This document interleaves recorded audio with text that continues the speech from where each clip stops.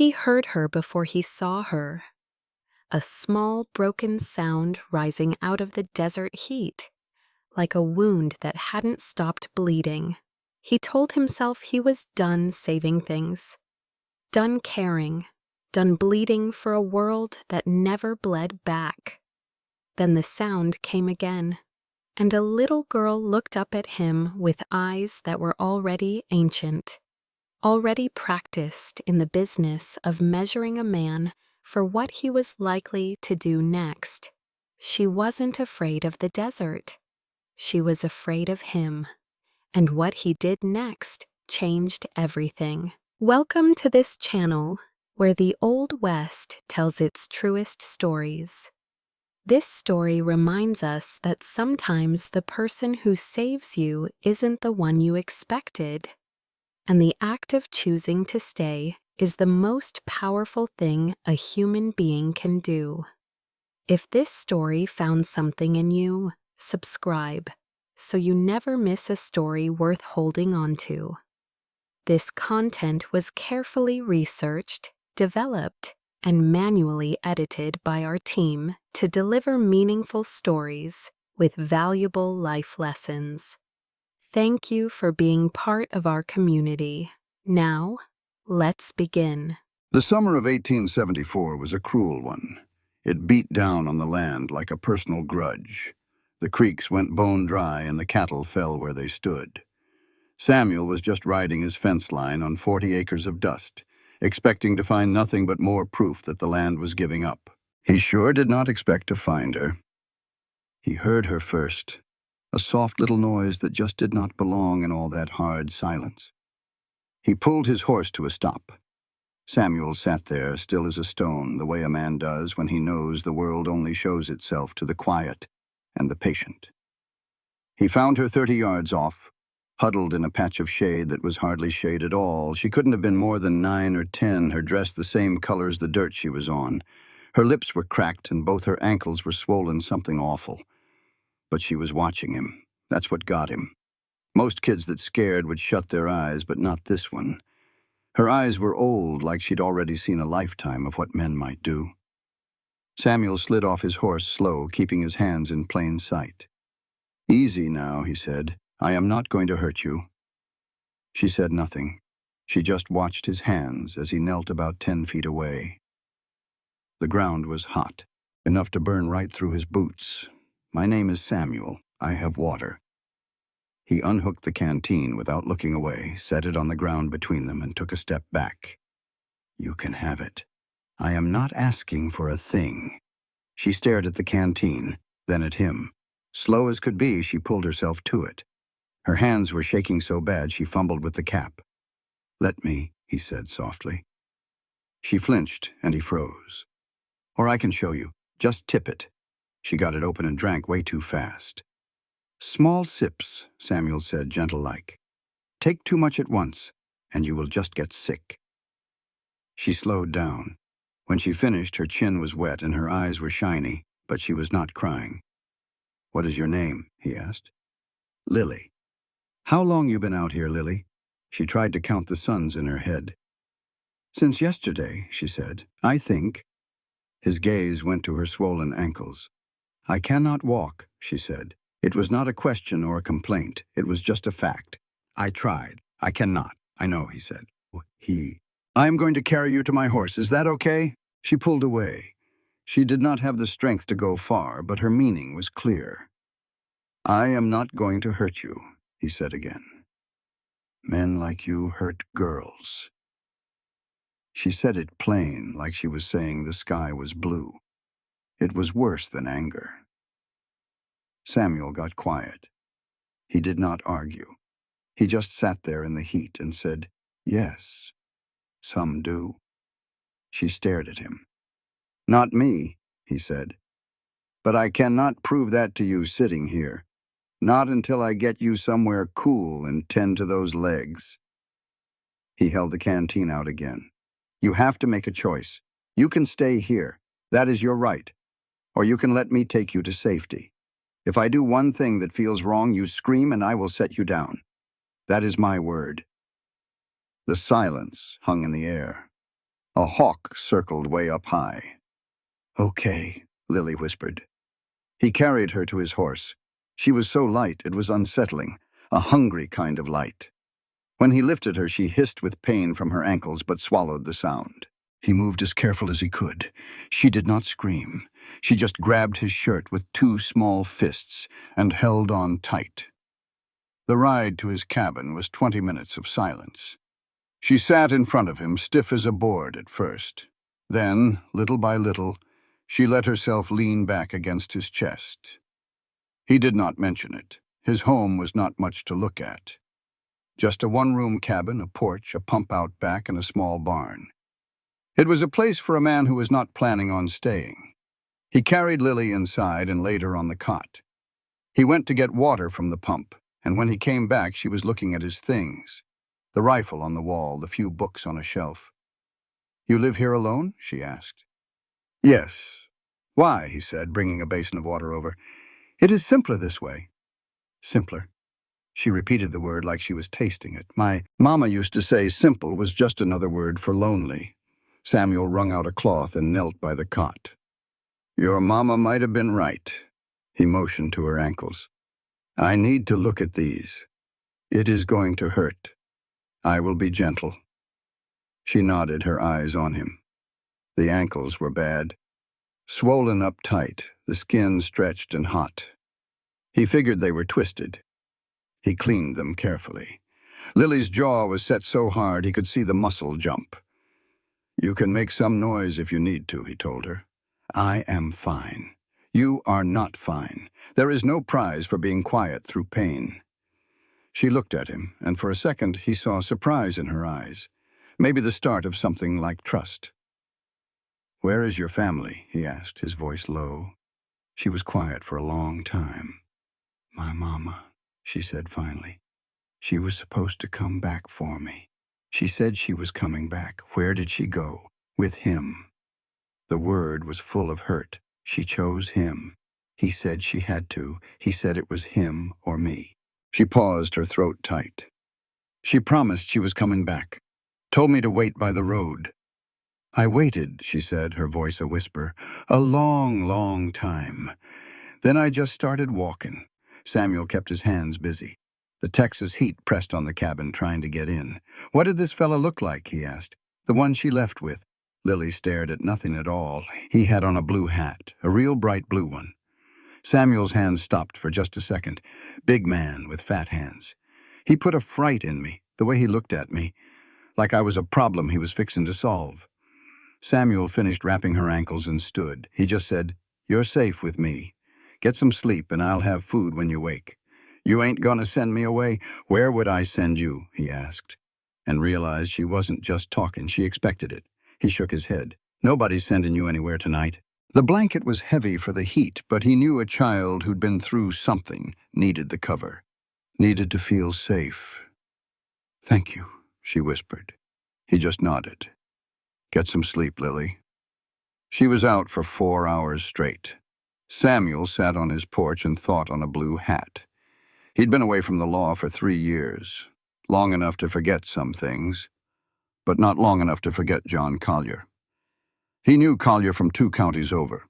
Collier wasn't a simple killer. He was smart, which made him worse. He ran women, used 'em up and threw 'em away. They'd run him out of Danfield when Samuel wore a badge, but run out wasn't the same as locked up. He watched the empty road, coffee growing cold in his hand. He'd picked this place for the quiet. When he heard Lily stir, he went inside. She was sitting up, hugging her knees. "I had a dream," she said, "good or bad." She thought about it. "Neither. My mama was in it." Samuel stirred the pot on the stove. "You hungry?" "Yes, sir." The word sounded strange. He couldn't recall the last time someone said it so plain, so honest. "It's just Samuel," he told her. He brought her a bowl. They ate without talking, a comfortable quiet filling the small room. She ate with a purpose. When she was done, he spoke. "Lily, I need to ask you something straight. Did this fella, John Collier, know where your mother was going before he left you?" Her brow furrowed. "He was the one who told us where to go. He made all the plans. He knew everything, always. Does he know about this road?" She looked at him, and he could see the 10-year-old girl understood the grown-up question he was really asking. "You think he's coming here?" "I think men like John Collier don't like loose ends. I think he left you out there for a reason," Samuel said. "And when he finds out you're not gone." He stopped. "I need to know if you're ready, because I have to make some choices." Lily was quiet for a long time. Then she said, "He's not afraid of you." "I know. He ain't afraid of nobody. I saw him walk into our house once. There were 3 men there, big men, who didn't like him. When he walked out, they all did what he wanted." Mama's face was pale for days after. Samuel put his bowl down. "John Collier doesn't scare me neither, but that ain't the same as being foolish." "Are you going to leave?" she asked. "No." "Are you going to send me away?" "No." She looked at him, and for the first time he saw something besides fear in her eyes. "Why?" "You don't even know me." "I know enough," he said. "Enough for what?" He looked at the small, tired girl holding on by a thread. "Enough to know you don't deserve what was done to you." "That's enough." Her fingers gripped the blanket. "He hurt my mama," she said, her voice barely there. She was different before him. "I believe you. She didn't mean to leave me. She said it like she was trying to convince herself. I think she truly believed she could come back." "Maybe she did," Samuel said, "but she didn't." "No. And now you found me. Now I found you." She wiped her eyes with the back of her hand, a quick, practiced motion. She looked up at him, the shape of a smile on her face. "Okay," she said. "Just that." "Okay." Samuel nodded. He took the bowls to the basin. Outside, the setting sun painted the desert in shades of red. He watched the road one last time before dark. It was still empty. Not yet. The night stayed hot. Samuel lay on the floor listening to Lily breathe. He didn't figure on sleeping. He'd learned to ration sleep out here, just like he rationed water and bullets. He heard every little sound she made. Once she cried out, a short, sharp noise, and his hand was on his rifle before his eyes were fully open. He waited in the dark until she settled again. By the time the sky turned gray, his mind was made up. He built a fire and put coffee on. He was on his 2nd cup when she spoke. "You didn't sleep." He turned. She was sitting up, watching him. "I slept some. You were on the floor all night." "I heard you. Want some coffee?" "I'm 10. "I know. I got milk. I can ride to Pearson's place this morning and get some." She watched him hard. "You're going to leave and come back." "And come back," he said, holding her gaze. "I don't say things I don't mean, Lily. Something solid." She mulled that over, slow and careful, like someone who'd been tricked by pretty words before. Finally, she swung her legs off the cot and winced. "I'm going with you." He saw her ankles. "I'm not staying here by my lonesome." It wasn't a question. It was a fact. Samuel gave her a long look, then nodded. "Fine. But you ride." She didn't put up a fuss. Pearson's General Store was one of 6 buildings making up a town that was just a place between other places. Samuel helped Lily down from the horse. She stood right up next to him, her arm almost brushing his. It was her way of saying she was scared without using the words. Inside, Harlan Pearson, a big man with reading glasses on his forehead, looked up. His eyes flicked from Samuel to Lily, then back. "Blackwood," he grunted. "Harlan, I need fresh milk." Pearson's gaze drifted back to the girl. She was by a shelf, turning a little tin dog over in her hands. "She yours?" Pearson asked, quiet-like.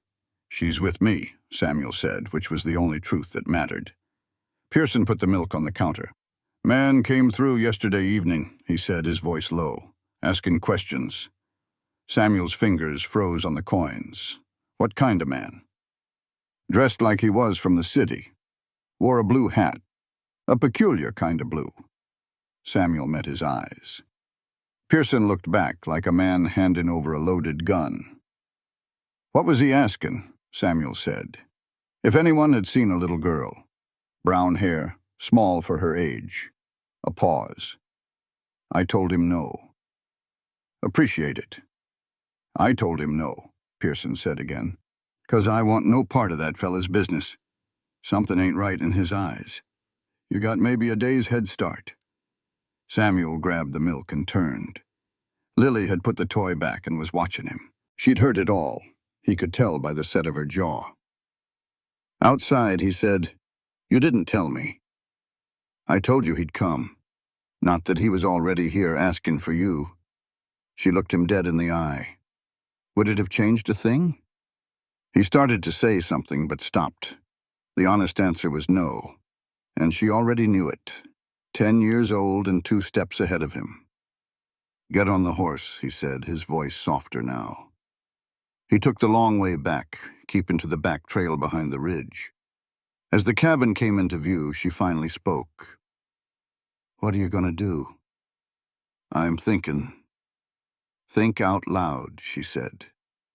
He almost cracked a smile. "I could take you to Harlem, get the county sheriff involved." "And while you're waiting 2 days for him, Collier finds me," she said, just stating a fact. "Or," Samuel said, "I stay here, and I deal with Collier when he shows." "Deal with him how?" He stayed quiet. "Samuel," her voice was steady as a rock. "How?" "However I have to." She was quiet for a bit. "You were a lawman." "I was." "What happened?" The wind kicked up dust around them. "I did my job the wrong way." "What's that mean?" "Means a man needed stopping. And I stopped him. But not by the book. It felt right at the time." He paused. "Left me without a badge and him, well, not as stopped as he should have been." "You hurt him?" "Not enough, seems." Lily processed that. "Was it Collier?" The question hit him hard. "No," he said. "Different man, same kind of trouble. Collier came later, after I'd turned in my badge. I just had to watch him." "You didn't do nothing?" "Couldn't do nothing official. Came out here to stop watching things I couldn't fix." She was silent for a good while. "You fixed me?" "I found you." "Same thing," she said, and he had no argument for that. Back at the cabin, he checked her ankles. The swelling was down some. She ate the bread from Pearson's, watching him move about the cabin. He could feel her eyes on him, studying him. It wasn't a bad feeling. "Did you have kids?" she asked out of nowhere. He looked over from the cabinet. "No." "Married?" "For a time."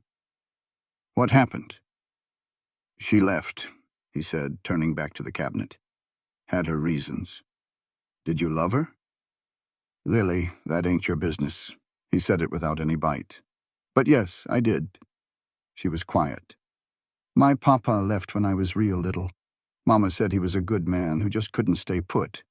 I used to wonder if it was a sickness in his bones that made him walk away." She picked at the blanket.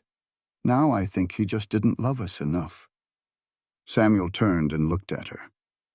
"Some folks," he said, real careful, "are broken in ways that got nothing to do with love, and some are just selfish." "Which one was your wife?" "Neither," he said. "She left because I was never really there. Even when I was standing right next to her, that's on me." He saw something shift in her face, not pity but understanding. She was filing it away, figuring him out. He reckoned he was doing the same with her. The horse came when the afternoon heat was at its worst. Samuel heard it first. He went completely still, just like he had in the desert when he first heard her, a deep, listening quiet. He stood up slow. "Get in the back," he said, his voice low and even. "Now. Back corner behind the cot. Don't you make a sound." She moved like a flash. No questions. She slid into the corner and curled up small. A sharp thought hit Samuel. She'd done this before. Hidden herself away till it was second nature. He grabbed his rifle. The horse outside went quiet. Samuel stood by the door and waited. A long minute passed. Then he heard boots on the porch boards, walking slow and easy. The footsteps on the porch were slow, the kind a man makes when he fears nothing. The knock came 3 times, patient and heavy. Samuel Blackwood. The voice was smooth, a voice that expected folks to listen. I know you are in there. I just want to talk. Samuel's jaw set hard. He glanced at Lily in the corner, stone still, her eyes locked on the door. I am opening this door, he said through the wood. But if your hand is near that pistol, we are done before we start. A short pause. Fair enough. Samuel opened it. John Collier was bigger than he recalled, with a confidence that took up space. He was dressed well, and his hat was just as Lily described, a shocking blue that hurt the eyes. His hands were clear of the gun at his hip. He smiled. There he is, Collier said. I heard you came out here to be left alone. What is it you want? I am looking for something I lost. His eyes slid past Samuel into the dark cabin. A little girl, been missing since yesterday. Her mama is worried sick. Samuel said nothing. Collier's smile held steady. You would not know about that, would you? I know you left her in the desert to die, Samuel said, his voice hard as ironwood. The smile faltered for a second. That is a tall tale. The girl has a wild imagination. Always has. She is 10, Samuel countered. Her ankles are swollen shut from walking in the sun, and she barely weighs a thing. She is a child somebody left to be buzzard food. Collier's head tilted and his eyes went cold. You always had a soft heart, did you not, Blackwood? That is what cost you your badge back in Danfield. You have 1 minute left on my porch, Samuel warned. I want the girl. Her mother wants her back. Collier's voice dropped to a near whisper. I am just here to bring a family back together. The girl comes with me. No. Samuel's answer was short and final. For a long moment, Collier just stared. Then he did something Samuel did not expect. He nodded. All right, he said pleasantly. He stepped back and took his reins. I will be seeing you, Blackwood. He rode away slow, in no rush at all. Samuel watched him go, then shut the door, his heart hammering in his chest. He is gone, Lily whispered from the corner. For now. She came out into the dim light, her eyes bright. He was lying about my mama, she said. He does not care about her. I know. He came back, so I cannot tell what I know. She said it with a chilling certainty. I heard things in the house. He knows it. What things? Her hands twisted together as she decided whether to trust him. Land money, she said. He took it from a man named Garrett. Forged papers. My mama signed them, not knowing what they were, but I read them. Samuel sank into a chair. You read legal documents? My mama taught me real good, she said with a flash of pride. And you understood them? Enough to know they were wrong. Enough to see the names on them. She looked him straight in the eye. Enough to send him to prison. The silence was heavy. Samuel pictured Collier's easy smile, the look of a man who thought he had already won. He knew what that man would do to get this girl back. Lily, he said, from now on, you stay right by me. Not even to the porch alone. Do you understand? She nodded. Tonight, you are going to tell me everything you remember. Every last word. Why? Because the only thing more dangerous than Collier knowing you are alive, Samuel said, is him believing you are the only one who knows what he did. She got it instantly. Her chin came up. You are going to help me. I told you I would, he said. I mean what I say. She sat across from him and began her story. Outside, the sun baked the empty road, a quiet that would not last. For 2 hours, Lily talked without stopping. Samuel just listened, writing it all down with a pencil stub. Names like Garrett Whitmore, and a clerk named Fitch, a crooked land office in Caldwell. Her memory was sharp as a tack, full of dates and what she had read. The more she talked, the more he understood why Collier could not let her live. She was not just a witness. She held the rope that could hang him. When she finally fell silent, Her voice was raw. She looked like she had just set down the heaviest thing in the world. "That is everything," she whispered. Samuel studied the paper. 3 names, 4 locations, and 1 forged deed for 200 acres of land. "It is plenty," he said quietly. "Is it enough?" she asked. "With the right lawman, yes." He folded the paper. "Finding him is the trick. It has been 3 years. He looked at her. "But I know one man I can trust in Caldwell. If I can get word to him first, he will move on it." "Collier does not wait," Lily warned. "Mama said he always has a plan." "Then we plan faster," Samuel said, getting up. "I am writing a letter now. In the morning, it goes out with the first rider." He looked at the barred door. "Tonight, we stay awake." She just nodded, accepting it with that steady way she had. He wrote by lamplight, feeling her watch him. "You have good handwriting," she said after a while. "For a quiet man, I write a fair bit," he answered. "What do you write?" "Letters I do not send. It helps to say things, even to no one." "Who do you write to?" she asked softly. He stopped writing for a moment. "My wife. People who are gone now." He kept on with the letter. After a long quiet, Lily said softly, "I talk to my grandfather sometimes. He has been gone since I was 6. "Does it help?" Samuel asked. "Sometimes. Mama said that is just me answering myself. But I think that is about the same thing." Samuel finished the letter and set it by the door. Lily was lying on the cot, staring at the ceiling. "Try to get some sleep," he told her. "I am trying." He settled on the floor. The silence in the cabin felt like it was holding its breath. "Samuel," she whispered. "Yeah?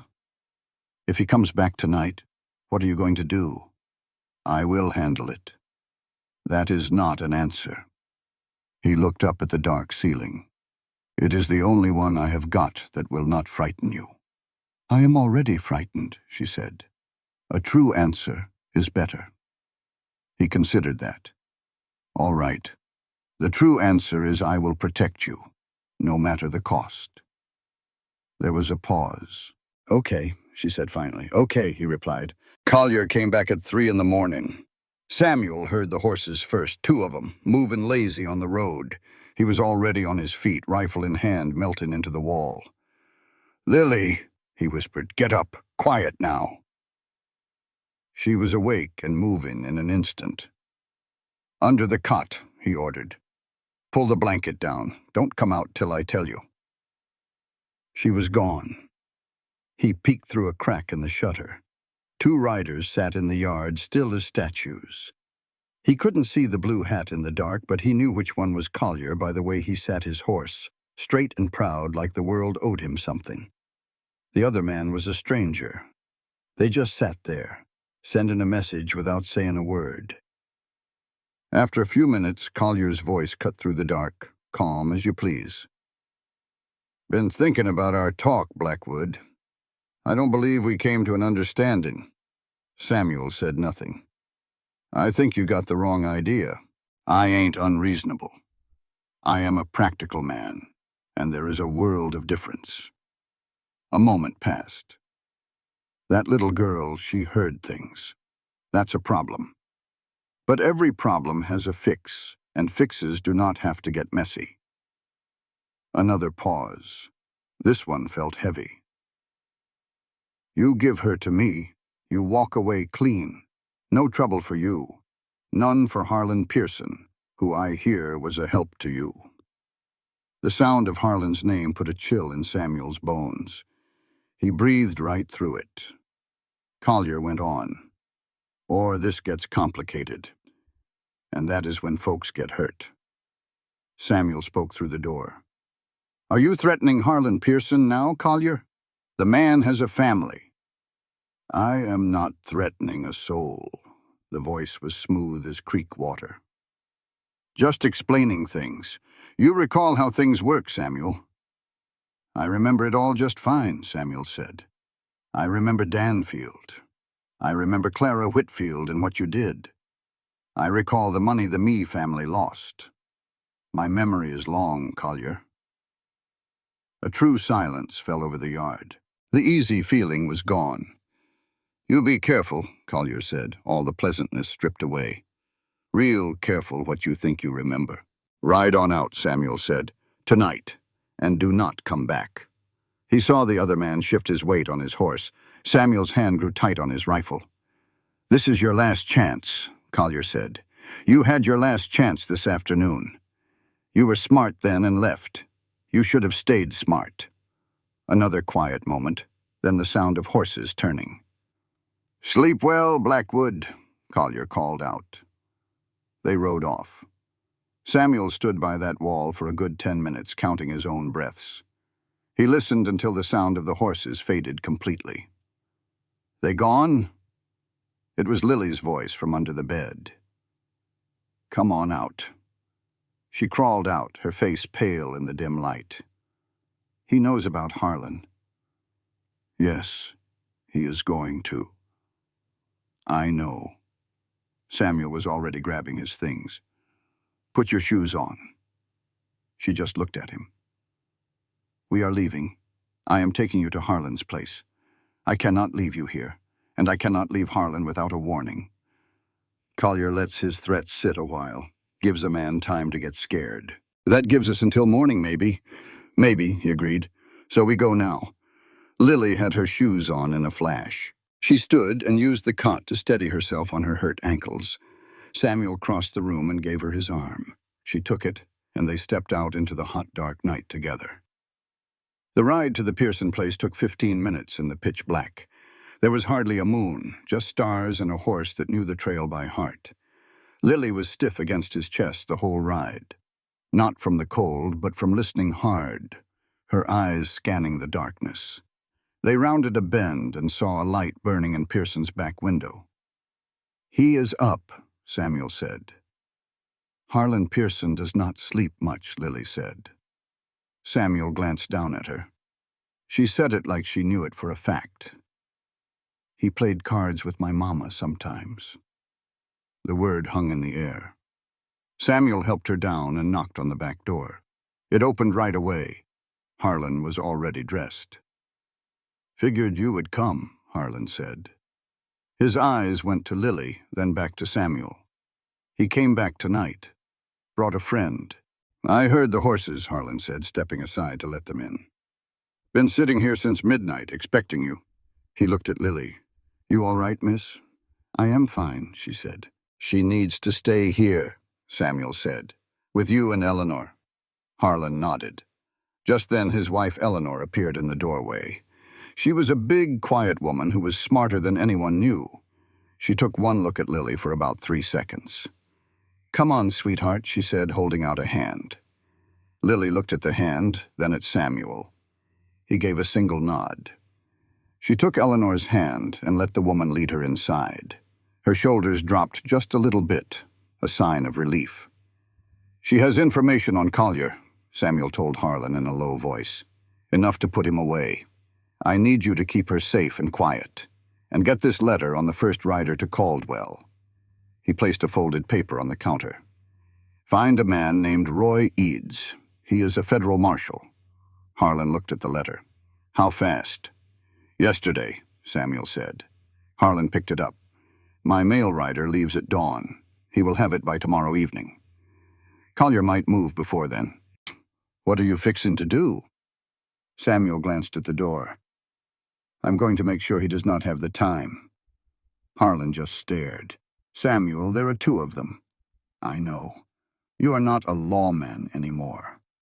"No," Samuel agreed. "I am something else." He checked his rifle, then his pistol. "I am just a man who found a little girl in the desert and decided she was worth more than a quiet life." The silence in the room said everything that words could not. The rightness of it and the danger of it. Harlan put his hand out. Samuel shook it. "Lily," Samuel called. She came to the doorway, Eleanor's arm around her. She looked at him and read his face right away.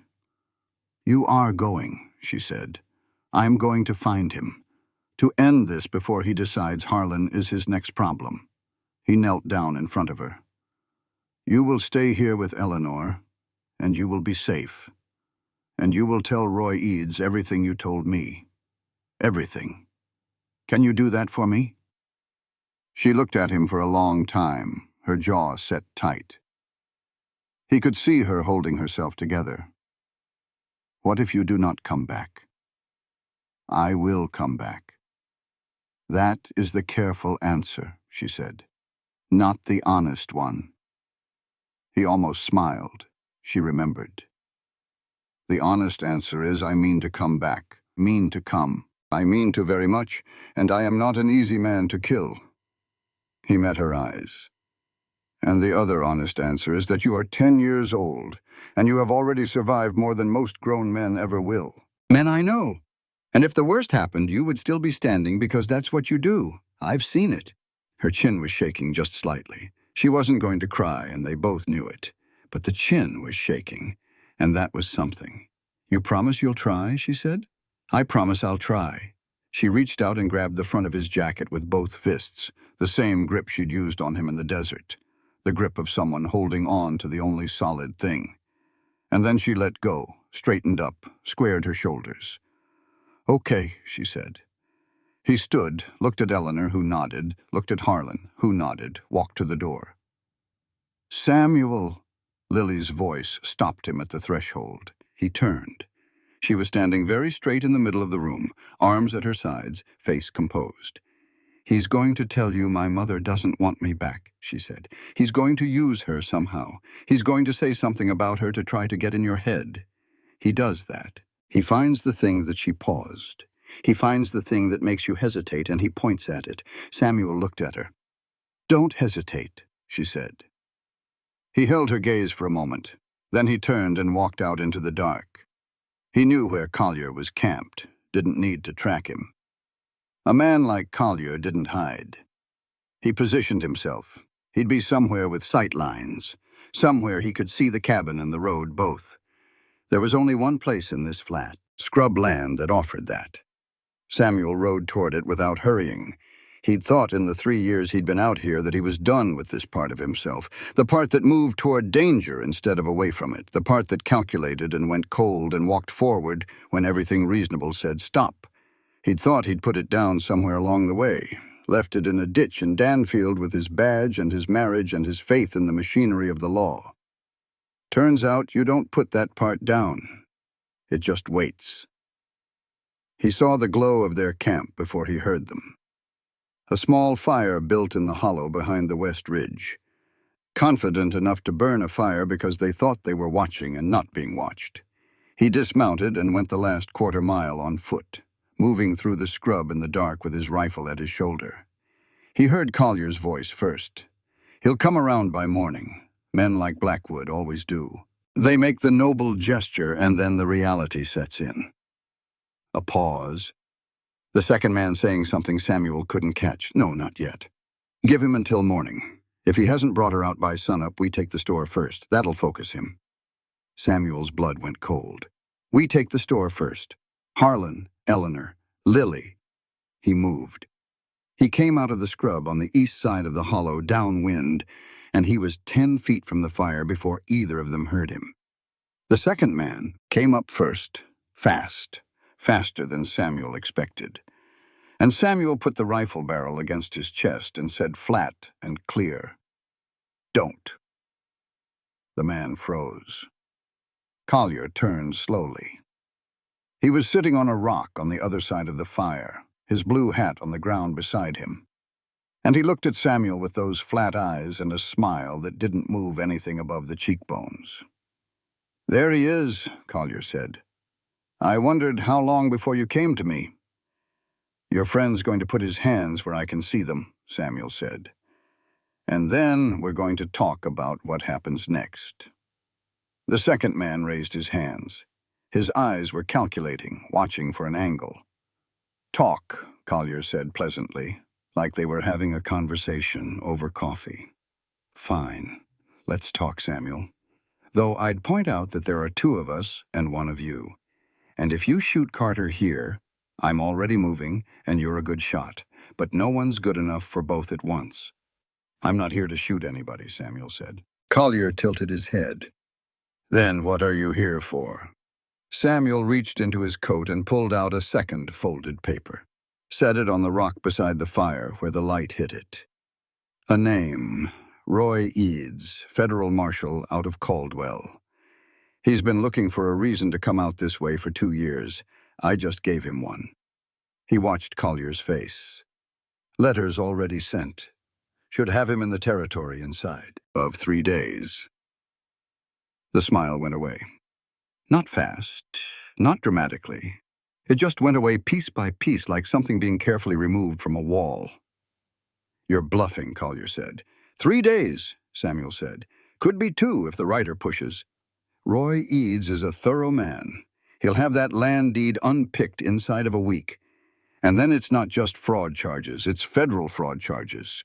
And the man you stole those 200 acres from has got a brother in the state legislature who has been very vocal about the need for tougher law enforcement out here. Something moved through Collier's face, and ugly and gone. A 10-year-old child, Samuel said. Whatever she knows, whatever she heard, whatever she can say. You came all the way out here, burned 2 days, showed your face in 3 separate places for a 10-year-old child, which tells me she knows enough. He kept his voice level. You've already lost, Collier. You just haven't admitted it yet. The fire crackled between them. Carter, hands still raised, shifted his weight, and Samuel moved the rifle barrel an inch without looking at him. And Carter went still again. Collier looked at the paper by the fire. He looked at Samuel. He looked at the paper again. Where is she? He said, very soft. Somewhere you'll never get to her, Samuel said. And that's the last answer you're going to get from me tonight. The silence stretched out long and taut as a wire. Then Sir stood up, slow, deliberate. He picked up his blue hat and turned it in his hands once, twice, and put it on. You know what your problem is, Samuel, he said. You always believed the law would fix things. You handed everything to the law and you trusted it. And when it didn't work, you fell apart. He looked at him with those flat eyes. I don't have that problem. I never trusted anything but myself. I see how that's working out for you, Samuel said. Collier stepped away from the fire. This isn't over. No, Samuel said. But it's close. He watched them ride out. He stood in the hollow by their dying fire until the sound of the horses was gone. And then he stood there a while longer because his hands were steady and his breathing was even. And he needed a moment before he moved. A moment to let the cold thing in him settle back down to wherever it lived between times like these. The sky was beginning to lighten in the east. He thought about Lily asleep, hopefully asleep in Eleanor Pearson's spare room.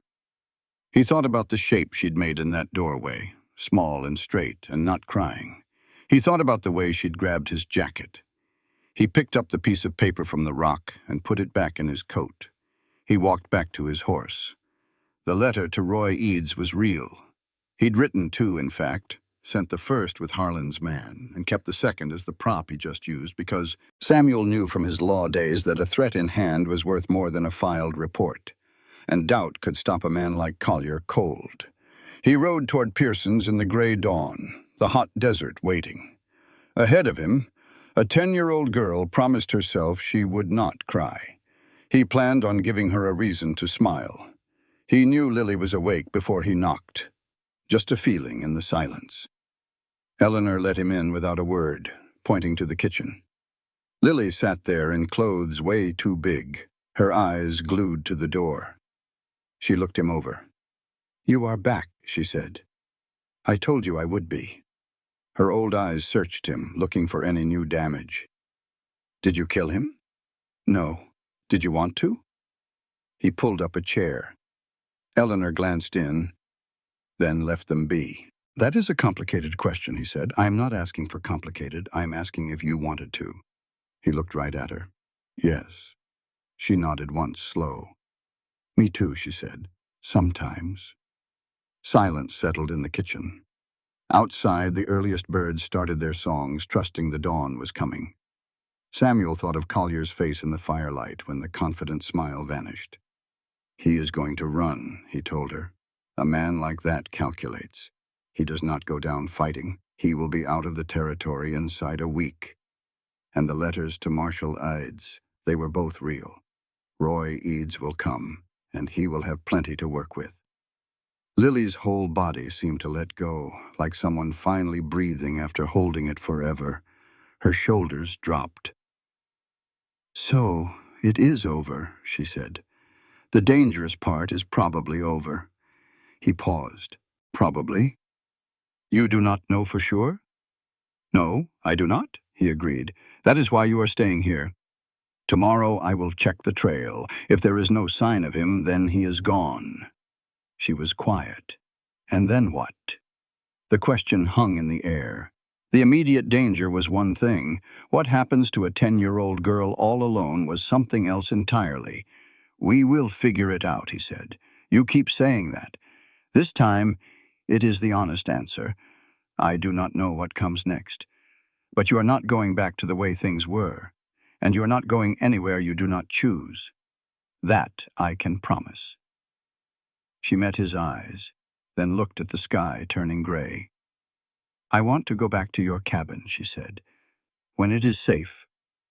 "Eleanor is kind, but—" "I know," he said. "Is that strange, feeling safer there?" "No," he said. "It is not strange at all." The morning heat was already settling in. The heat was fierce. Samuel was back at his cabin, checking every corner. Nothing was touched. Outside, he found only old tracks. Collier had not been back. He was on the porch when Harlan rode up fast. Harlan never left the store this time of day, so Samuel got to his feet. "Something is wrong," Samuel said. Harlan dismounted, heavy with worry. "My rider came back," he said. "The one for Caldwell. He only got halfway."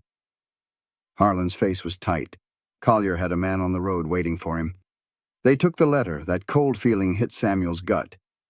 "The man warned my rider about trouble on the road, told him to turn back. My rider thought he was being helpful. By the time he realized, they were gone." And so was the letter. Samuel gripped the porch railing, staring out at nothing. Collier had been watching. He was one step ahead the whole time. "The second letter," Samuel said quietly. "What?" "I have a second letter, same as the first. But we cannot use the main roads. Collier is watching them." "So how do we get a letter to Caldwell?" Harlan thought. "Macy Tilson rides east on Thursdays. She takes the Canyon Trail. Today is Thursday. Where is she?" "Her farm, about 4 miles south." Harlan looked at him. "Samuel, what are you not telling me?" Samuel put on his hat. "Collier has a source. Someone in town knew I went to Pearson's and knew about the letter." "Who else knew?" Harlan stared. "I did not tell anyone." "You did not have to," Samuel said. "They just watched. He had this town covered since he arrived asking about Lily. He is methodical. I misjudged how methodical." "Lord," Harlan said softly. "Eleanor and the girl are fine if they stay inside, and you tell no one about that spare room." Samuel stepped from the porch.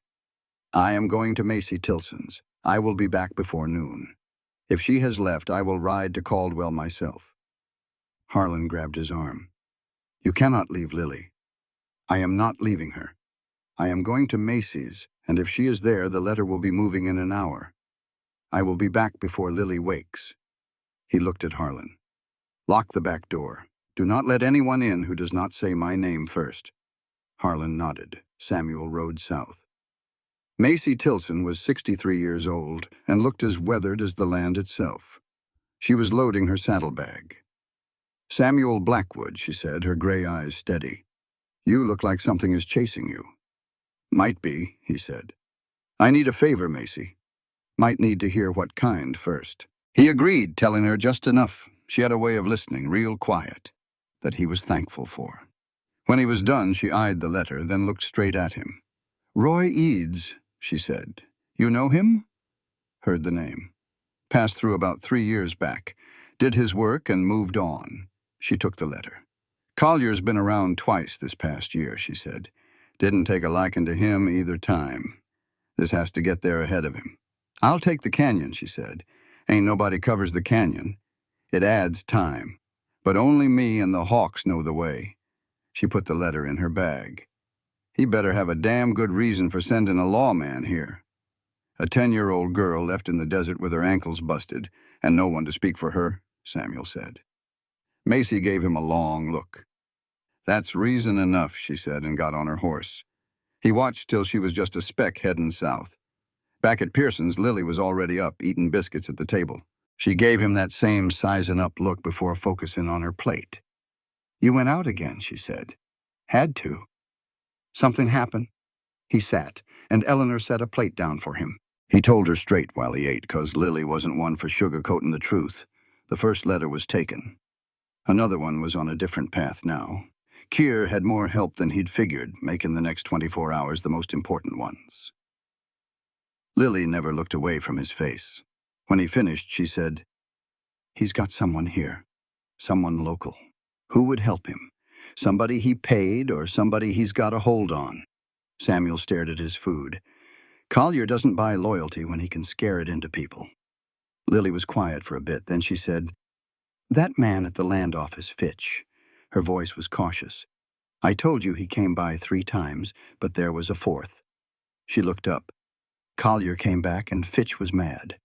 I heard him. He said he wanted out of it all. She paused.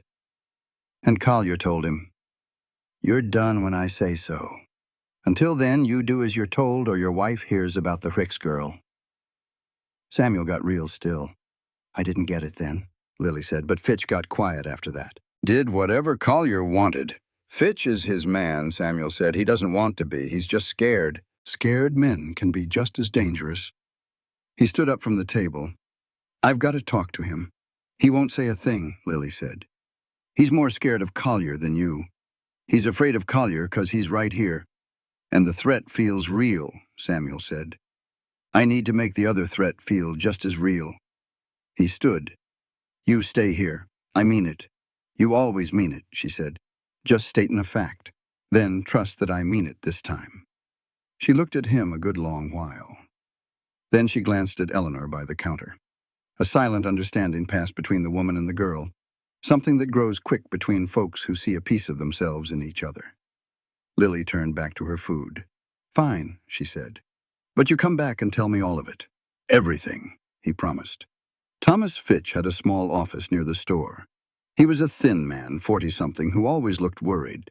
Samuel used to think it was just the job. He knew better now. Fitch was alone, and the way his face fell when Samuel walked in told him everything. The blood drained right out of him. Close the door, Samuel said. Fitch did, his hands trembling. I know about Collier, Samuel started. He walked to the desk and looked down at Fitch, not meanly, but with the flat, simple honesty of a man fresh out of time. I know about the letter. I know you told someone it was coming, and I know about the Hicks girl. Fitch's face turned to ash. I am not here to ruin you, Samuel said. I am here because a 10-year-old child was staying 50 feet from here, and she shouldn't have to be scared another day because you are. He leaned his hands on the desk. Tell me what you told Collier. Tell me what else he's planning.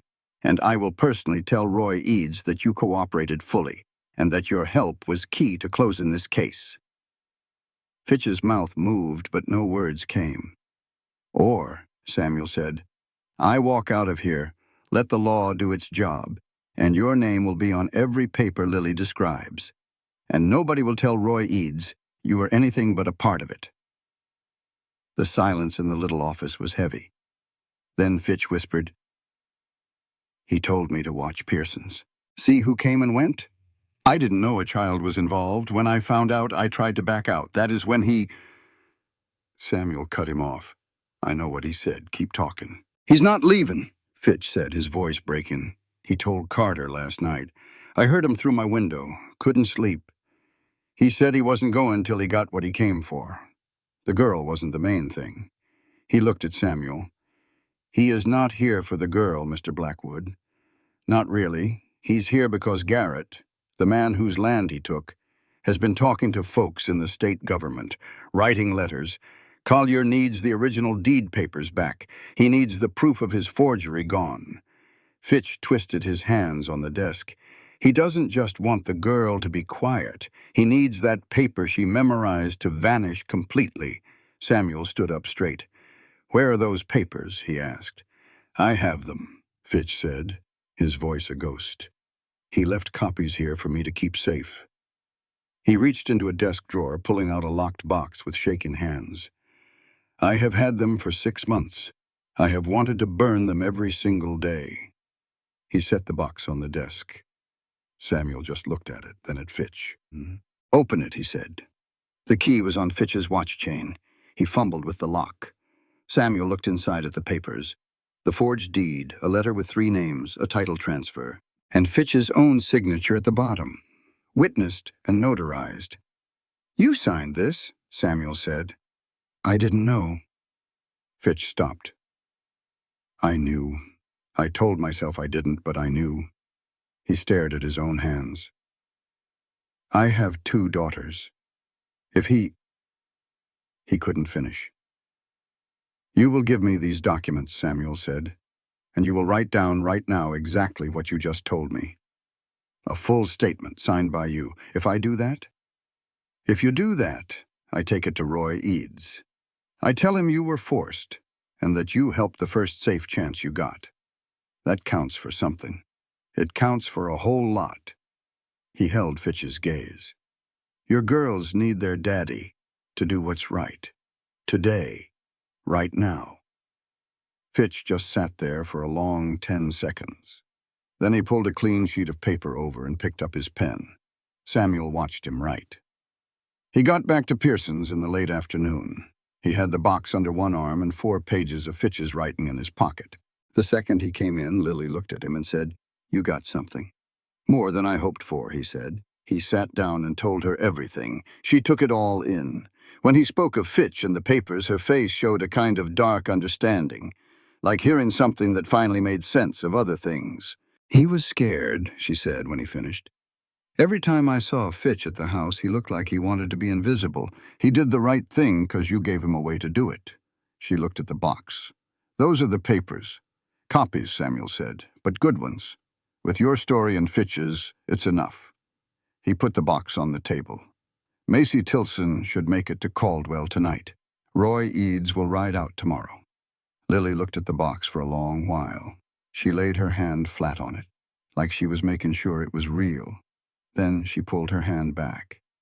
"My mama's name is on some of them, isn't it?" she asked. Samuel paused for a second. "I need to know. Don't be careful with me." "Yes," he said, "as a witness. On 2 of them." She shut her eyes for just a moment. She didn't know what she was signing. "I know. Fitch's statement proves it. She was told they were for property registration."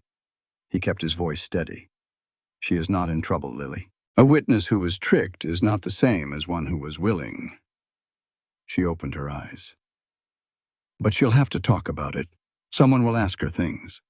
"Probably," he said. "Yes, if she comes back." The words hung in the air, soft and heavy. "If she ever comes back." The words hung in the quiet kitchen. Through the wall, the normal sounds of the store seemed a world away. "She will come back," Lily said, as if needing to believe it. "I think she will," Samuel said. "You do not know her." "No, but I know you. People who raise someone like you do it on purpose. She made a terrible choice. That does not mean she stopped loving you." Lily traced a line on the table. "I am angry at her," she said. "I know. You are allowed to be," he said. "Being angry and loving someone can happen at the same time." She looked up. "You sound like you know something about that." "I know a lot about that," he said. She almost smiled. "Your wife?" "Among others." He stood. "You should get some real sleep." "Is it safe?" "Safer than this morning. And I will be here." She gave him that measuring look, then said, "Okay." At the doorway, she turned. "Samuel." "Yes." "Thank you," she said, plain and simple. "No need." I know, but I want to. Her gaze was steady, and he understood the difference. He nodded, and she walked down the hall. Samuel was left alone in the kitchen with the box. The late sun slanted through the window as he thought about all the pieces now in motion. The letter, Fitch's shaking hands, and Macy Tilson carrying justice in her saddlebag. Things were moving, and they rarely land where you aim them. He pulled out the other paper, the one he wrote last night by the lamp, filled with the names and places Lily gave him.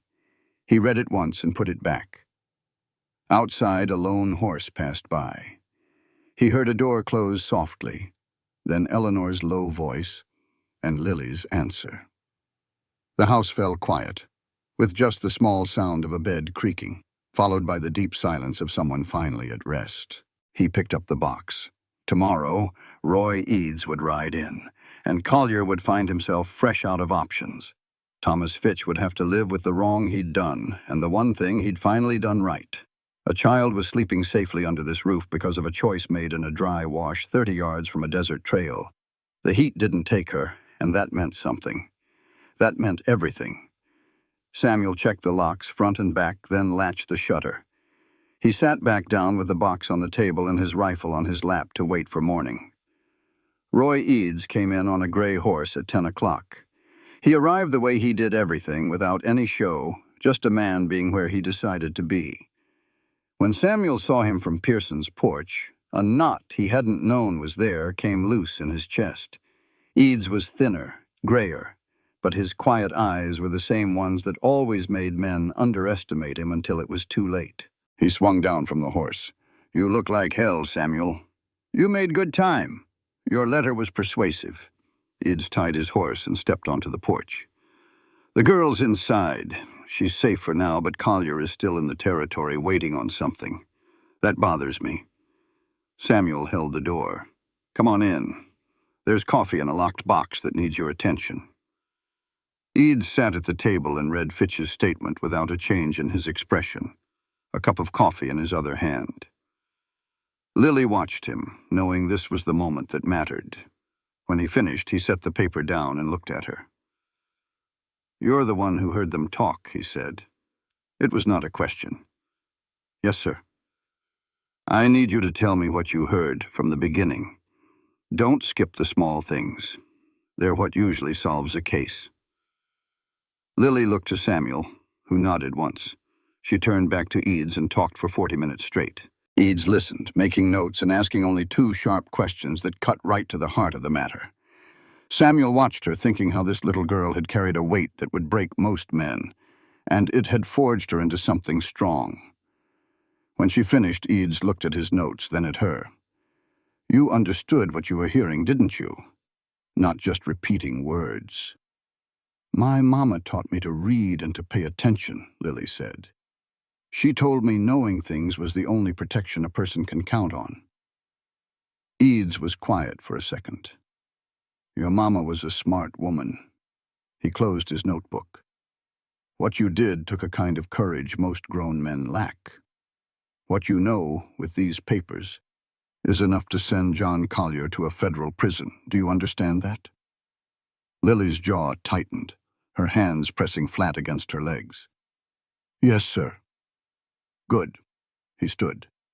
"Samuel, we need to find Collier today before he gets any new ideas." He picked up the box. "You know where he'll be?" "I've got a pretty good idea." "Then let's go." Lily stood up in a flash. "You're staying here," Samuel said, his voice firm and even. "You've done your part, and then some. Let me do mine." He saw the argument in her eyes, those eyes that were far too old for her years, but she held her tongue. "You come back and tell me yourself," she said. Not someone else. You." "I'll come back and tell you myself," he promised. She sat back down as Eleanor put a comforting hand on her shoulder. Samuel followed Eads out into the sun.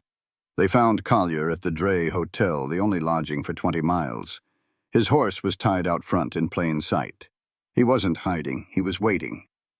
Samuel realized it then. Collier had been waiting to see if he was bluffing. Roy Eades's gray horse tied up in town was the answer to that question. They went in. Collier was in the common room alone, until the owner saw Eades's badge and suddenly had business in the back. Collier was at a table with a map spread out. He looked up as they entered, and his hand covered the map like a reflex when he saw the badge. "Roy Eads," he said calmly. "It's been a while." "John." Eads crossed the room to the table. Samuel stayed by the door. "I need you to stand up with your hands in plain sight." "Am I under arrest?" "You're being detained for questioning," Eads said flatly, listing the charges of land fraud, forgery, and coercion. "Stand up, John." Collier looked from Eads to Samuel, his jaw tight. When he looked back, it wasn't fear on his face.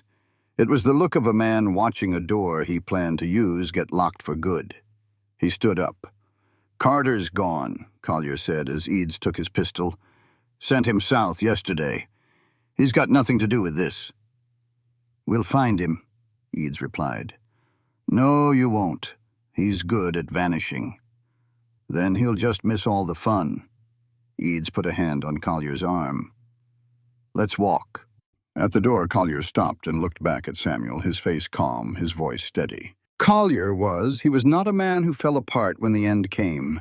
That was its own kind of frightening. The girl's testimony, he said, "She's 10 years old. She's traumatized. A good lawyer will pull her apart on the stand. She's the most untraumatized 10-year-old I've ever met." Samuel said, "You left her in the desert, and she put herself back together, and she remembered every word she'd ever heard you say. I'd think carefully about how much faith you want to put in that lawyer." Something moved in Collier's eyes, fast and gone. "Let's go," Eads said, and they went.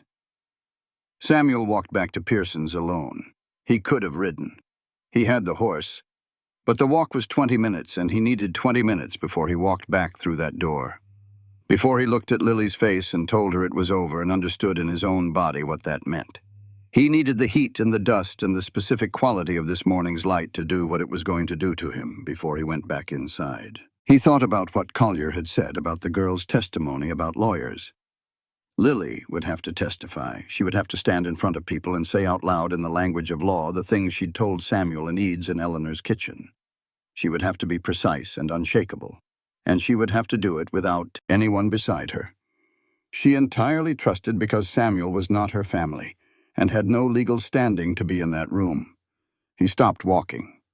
Harlan was sweeping the porch when Samuel came back around the bend, and he looked up and read whatever was on Samuel's face and said, "He's in custody." "He's in custody," Samuel confirmed. Harlan put down the broom and leaned on the railing. "Lord," he said softly, "Lord Almighty, Eads has got it from here. He'll need Fitch's documents and the written account, and he'll want to talk to you about what happened with the writer." Samuel stepped up onto the porch. "Is she inside?" "In the kitchen. She hasn't moved since you left." Samuel pushed through the door.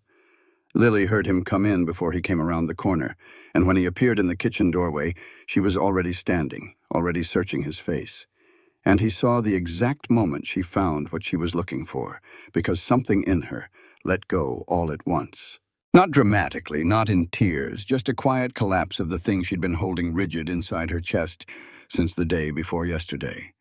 Maybe since much longer than that. "He's in custody," Samuel said. She nodded. Her hands were at her sides. "Eads has him. He's not getting out, Lily. Not with what Fitch gave us and what you gave us. He's not getting out." She nodded again, then she sat back down very carefully, like her legs had just... She put her elbows on the table and rested her face in her hands. She did not cry, just sat there, holding herself together while the weight of the last few days settled. Samuel sat across from her and waited. Eleanor saw them and quietly slipped away. After a minute, Lily looked up, her eyes dry. "What happens now?" she asked. "There will be a hearing. You will have to testify." "I know." She did not flinch. "What else?" Samuel looked at her. He had been thinking on this. "You need someone to speak for you, legally. Eads can help with that for now. He knows a judge in Caldwell, and a woman who takes in children while the courts sort things out. It is not forever. It is just... I do not want to go to Caldwell, Lily said. Her voice was quiet but solid as a rock. It was not defiance. It was just the plain truth. Lily, I do not want to go somewhere I do not know a single soul. She looked straight at him. I want to stay here with you. The silence in the cabin was heavy. I ain't a guardian, Lily. I'm not asking you to be my daddy, she said, her voice steady. I'm just asking not to be sent somewhere else. I'm asking to stay near someone I can trust. She paused.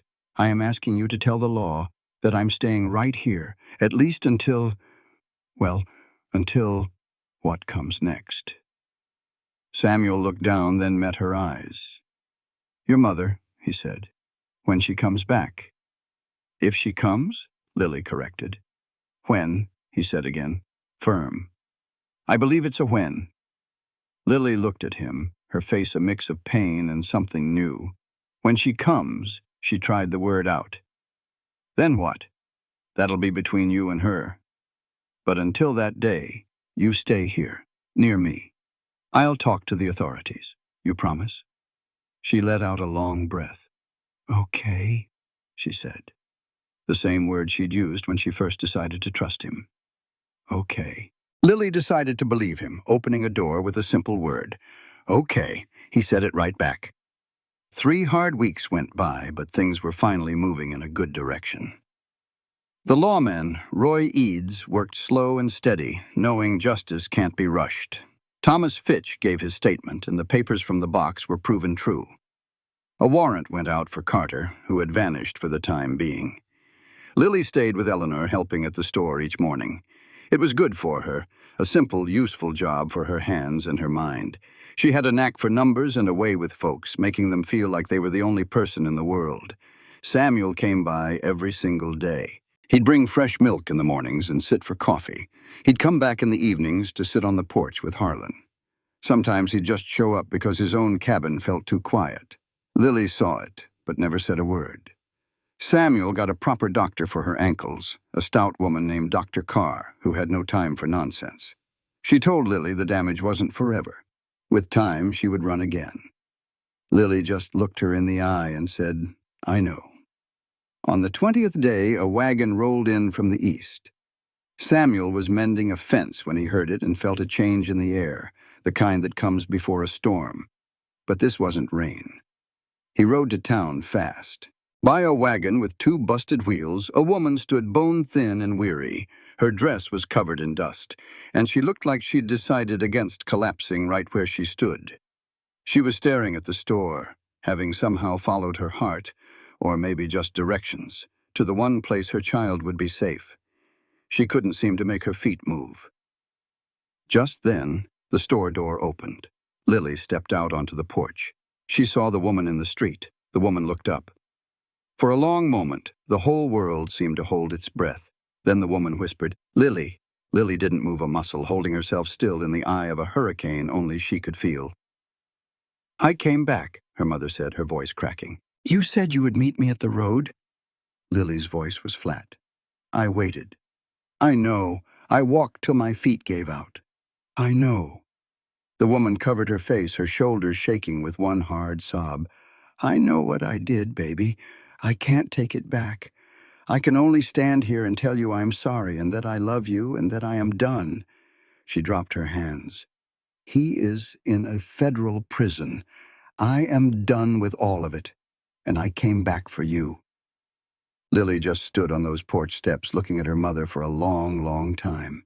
Samuel knew to stay put. This wasn't his story. Then Lily walked down the steps slow and sure. She stopped right in front of her mother. You are really done, Lily said. Her mother's voice was broken but sure. I am. I swear to you, Lily. I swear. Lily looked at her a moment more, then reached out and took her mother's hand. It was not a hug, not yet, but it was a start. A great weight seemed to leave her mother's shoulders. Samuel turned to leave, but he heard his name. Lily was walking toward him. This is my mama, she said. Ada. He looked at Ada. who watched him with gratitude and shame all mixed together. "Mr. Blackwood," she said, "I heard what you did." "Your daughter did most of the work," he answered. "I just held the gun." A ghost of a smile touched Ada's face. "Thank you," she said. "Those are small words for what you did." "They are the right words," he said. "That is enough." Lily nodded, satisfied. "We are going to stay," she told Samuel, "at least for a while." Her words were a statement, but they held a question. "Good," he answered. "Eleanor has a room for y'all above the store. She is a generous soul." Lily looked him square in the eye. "You will be coming around." It was not a question. He looked at this little girl found in the desert, but tougher than leather. She knew what to hold on to and when to let go for the right person. She had seen the real him from the start. "Every morning," he promised, "with the milk." She gave a firm nod, as if a loose thread was finally tied off. She went to her mother, Ada, who pulled her in tight. Lily was stiff at first, then just melted into the hug, like someone finally taking a drink after a long thirst. Samuel swung onto his horse. From the porch, Harlan hollered something that sounded like a farewell. The town was already settling back into its daily rhythm, where it was meant to be. He rode for home. The cabin stood just as he had left it. One room, a cot, a few books, and the iron stove with the coffee pot still on it. It was enough. He tended to his horse, then stepped inside, standing for a moment in the middle of the floor. His gaze fell on the cot where Lily had slept, and the floor where he had not. He saw the table where he worked while she watched him, quiet as a shadow. He took down the old notebook from the shelf, the one full of letters he never mailed. Finding a clean page, he sat and wrote, "Some things are worth staying for. I had forgotten. Now I remember." He shut the book. Outside, the sun beat down like it had every day since June, a relentless, punishing heat. But inside, there was just the gentle warmth of a place where a person lived. Samuel Blackwood had come here to be done with the world. It turned out the world was not done with him. Something better had found him in that wasteland. It asked for more than silence ever did, but it gave back a whole lot more. That something was a tough 10-year-old girl who walked through that terrible summer and never once broke. She had shown him, just by living, what a person could endure when they decided something was worth any price. He picked up the coffee pot. He set it on the stove. Some chapters were closing. Others were just beginning. And for the first time in 3 long years, Samuel Blackwood was perfectly fine not knowing the difference.